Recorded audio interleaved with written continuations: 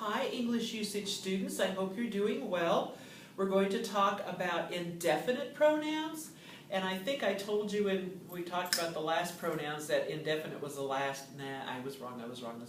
There are 8 different types of pronouns. The indefinite pronoun is the most difficult. So please put your thinking caps on. Make sure it's quiet around you. Make sure that you understand what I'm saying. I'll try to go slow and give you as many examples as possible. The explanation for the indefinite pronoun, pronoun number 6, is at the bottom, begins at the bottom of the second page of the notes that I handed out to you earlier. Okay? An indefinite pronoun,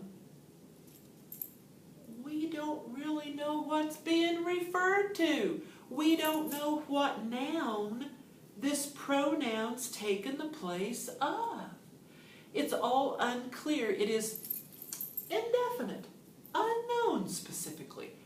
That's what makes them difficult. Okay? We're just going to talk about 2 types of the indefinite pronoun. We're going to talk about the indefinite adjective pronoun and the compound indefinite pronoun. You can mark out absolute possessive pronoun at the bottom of that list there.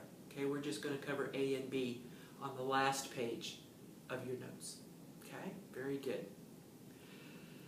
So there are 2 types of indefinite pronouns, and I call all sorts of indefinite pronouns indefinite pronouns. Okay, it's hard enough to remember what the hell they are, besides trying to learn there are 2 different or 3 different categories for them. You know what I mean? Let's just label them one thing.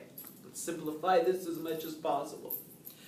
So there are the indefinite adjective pronoun. Again, we don't know what's being referred to. Those pronouns are both, some, little, few, many, much, all, and each. If I say each costs $1.20, what's the each that I'm referring to? We're in a grocery store. Well, each costs $1.20. Well, what am I talking about? What's the each that I'm referring to? Is it cans of sardines, or are they tomatoes, or are there rolls of toilet paper? Just what is that being referred to? It's indefinite. You'd have to ask me a whole bunch of questions to figure out what my each meant in each costs $1.20, right? Each, all, both, some, few, little will all have number, person, gender, and case. They won't always be nominative. I like all. All is your direct object. I like what? All. So all is objective case indefinite pronoun in that situation. Okay?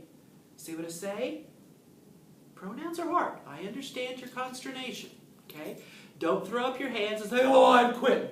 No. Don't do that. Don't do that. Don't do it. Take a little effort. Give yourself some time. Give yourself some study opportunities and make this sink in. That's what study is. That's what scholarship is. And each of you in this class is a scholar. I know that just as sure as I'm sitting here. Okay? You can master this. Think of all the students who have gone before you, who have done this very class. Right? What makes you different than they? Nothing. You're just as good, if not better, than all the others who've come before you. Okay? So hang in there. Hang in there. Adjectives get a little easier. Okay?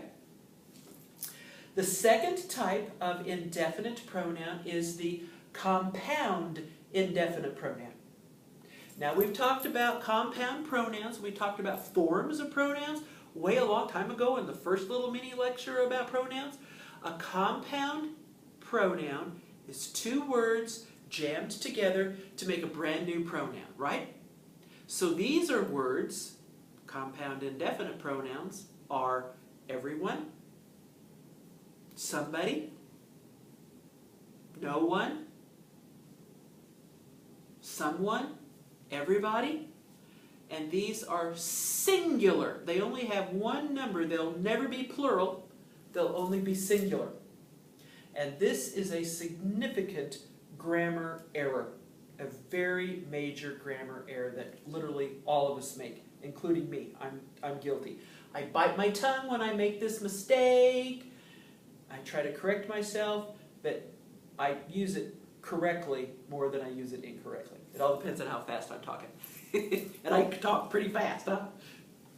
So look at these examples. Everyone should write their name on the test. That is an incorrect use of the compound indefinite pronoun. Okay? Everyone is singular. It says so right in the word. Everyone. So now we have another pronoun in that sentence, their. There is plural. Look back at your telephone poles, your possessive, case, personal pronouns. There is plural. Every pronoun is supposed to have an antecedent. That'll be the same number, the same gender. What is the antecedent for there? Is there a plural noun or pronoun that comes before? It's supposed to refer back to everyone, but everyone is singular. So this sentence is incorrect because it is the perfect example of an antecedent subject agreement problem. Everyone is singular, there is plural. Doesn't work in English language. We've got to correct it. Look at the second example that's correct. Everyone should write his or her name on the test. Everyone is singular. His is singular as well. So the antecedent for his is everyone, singular and singular. That works. Antecedents and the pronouns they take the place of have to be the same number. Have to be the same number. Okay? Look at my next example, which is incorrect. Each brought their glove to practice. What's the subject of the sentence? Each. What's the verb? Brought. What is supposed to be the antecedent of there? Everyone. But is everyone plural, like there is plural? No. So we've got a significant grammatical error. Subject-antecedent agreement. The subject is singular. What refers back to the singular is plural. A huge grammatical mistake. I have corrected that in your last sample question that says each brought his or her glove to practice. That works really well. Each is singular. His or her is singular as well. The antecedent for his, her is each. Okay? I can also say ball players brought their gloves to practice. Then there is plural. The antecedent for there is ball players. It is plural. So that antecedent and that noun or pronoun is correct. See what I say? So you got two options to correct the antecedent subject agreement problem. You got one of two uses. Students should give their tests to the teacher. Students is plural. There, that refers back to students, that subject, is plural as well. Students is common. There is common. Okay? Plural, plural, common, common, works really well. Just think about it a little bit. Okay? Everything's got a balance in English and in language. Everything has to balance. Okay? So that's the indefinite pronoun.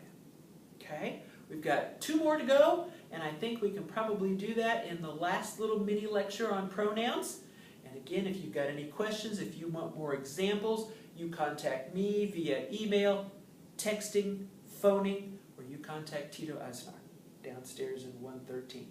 He knows his stuff, and he's welcome to help you. Okay? Thank you very much. I hope you have a great day. I'll see you shortly. That last lecture, can I hear an amen? Amen! See you guys. Bye-bye.